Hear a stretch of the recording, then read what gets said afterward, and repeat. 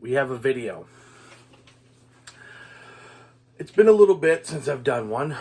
Not too drastic, though. I should state that for the record. I'm going to preface this video by saying I do not own anything physical by this band. Now, that does not mean in any way, shape, or form that I can't listen to it.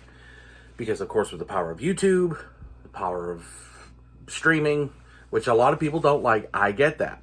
But I have the ability to do that, and I'm going to do it. Based on my transportation in the morning, I tend to want to have my music, and that's how I'm going to do it. See, one way I can officially do it, because CD Walkmans and cassette players don't really exist anymore. And I don't drive in the mornings. My wife does that based on our situation. I'm not getting into it. Right off the bat, this is going to be sort of like a spotlight discussion about Mastodon. I've been a fan of Troy Sanders now for quite a while. And I got to see Mastodon live, opening for Judas Priest in Halifax a couple of years ago. And it was killer. Absolutely stunning show. Now, what I do want to do is I'm really just going to talk about some of the records and then kind of move on to the next band after this. So I'm going to try to not make this overly long so you guys aren't depressed.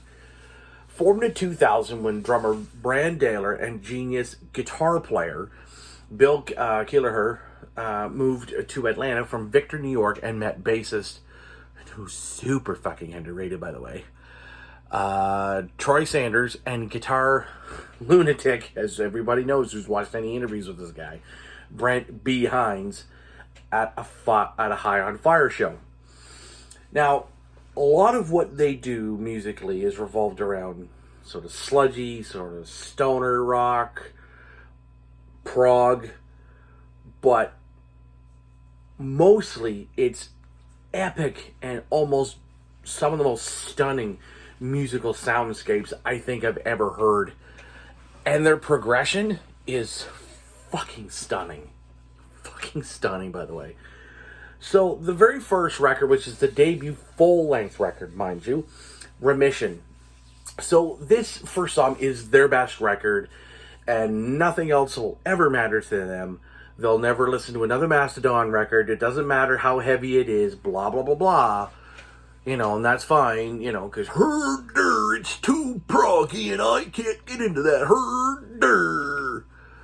Well, I say, oh well. That leaves the rest of the discography for the rest of us, as far as I'm concerned. This record is super aggressive. It's super pissed off.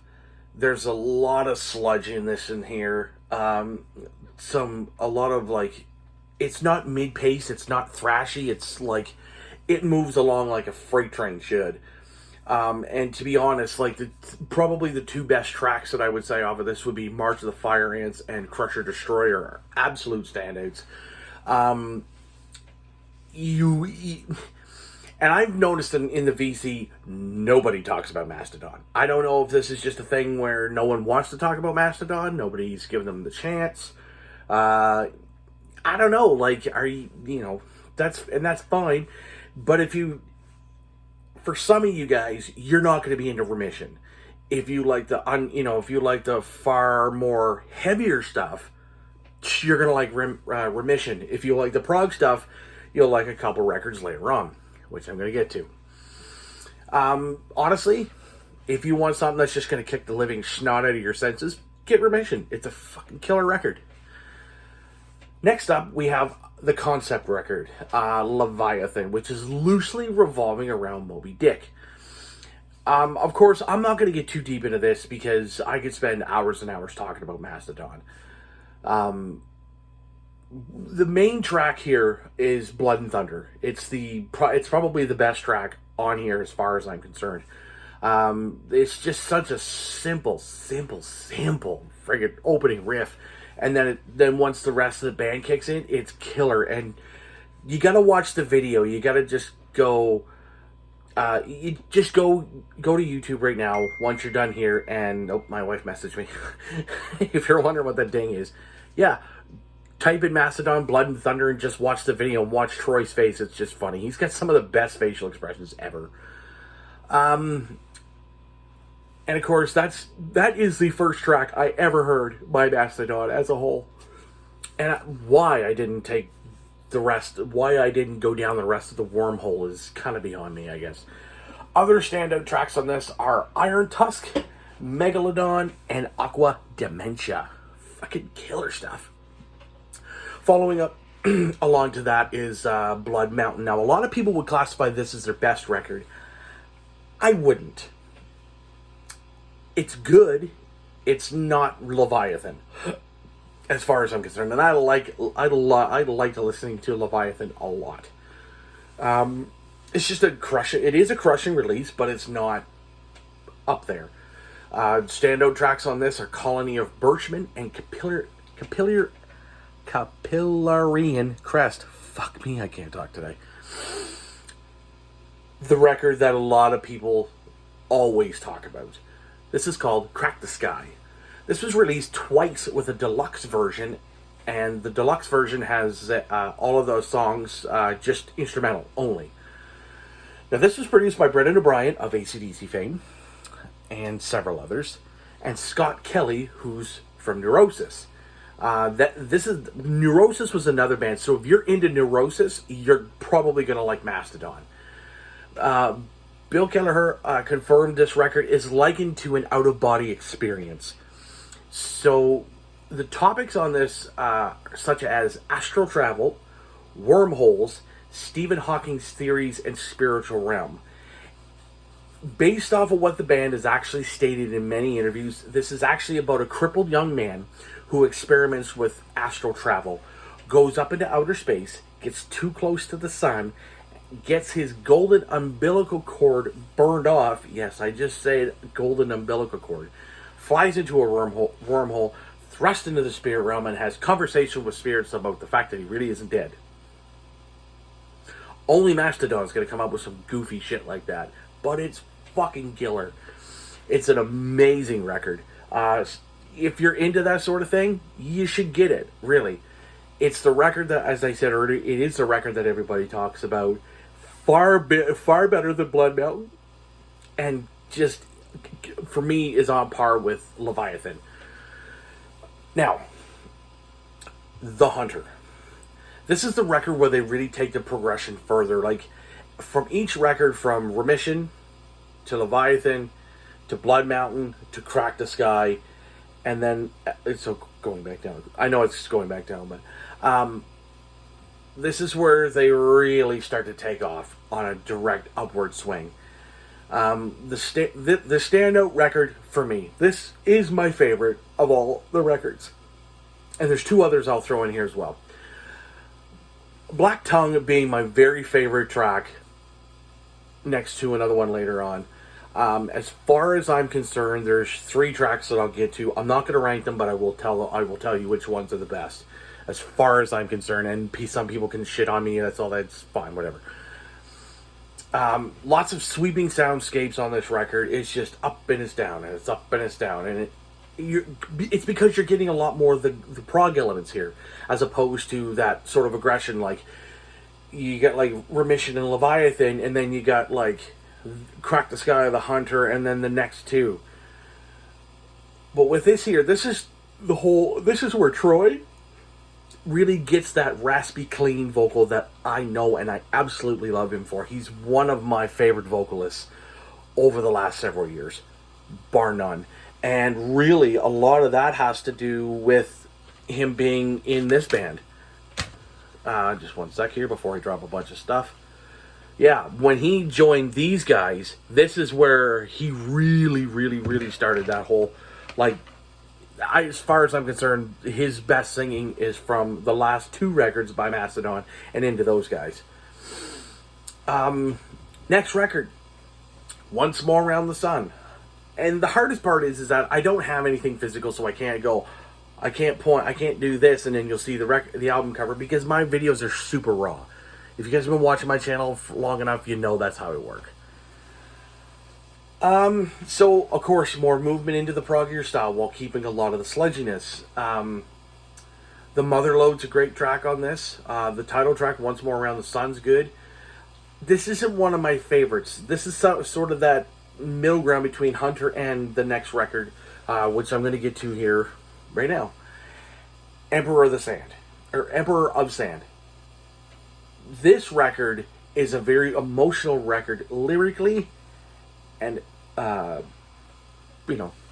performance-wise. It's a record that the band over time, from Once More Around the Sun, and even to the Hunter, they were experiencing a lot of personal tragedies, loss of family members, just stuff that's gone really, really sort of bad for the band. I mean, they've had to deal with so much, turmoil. And honestly, this record is a phenomenal record.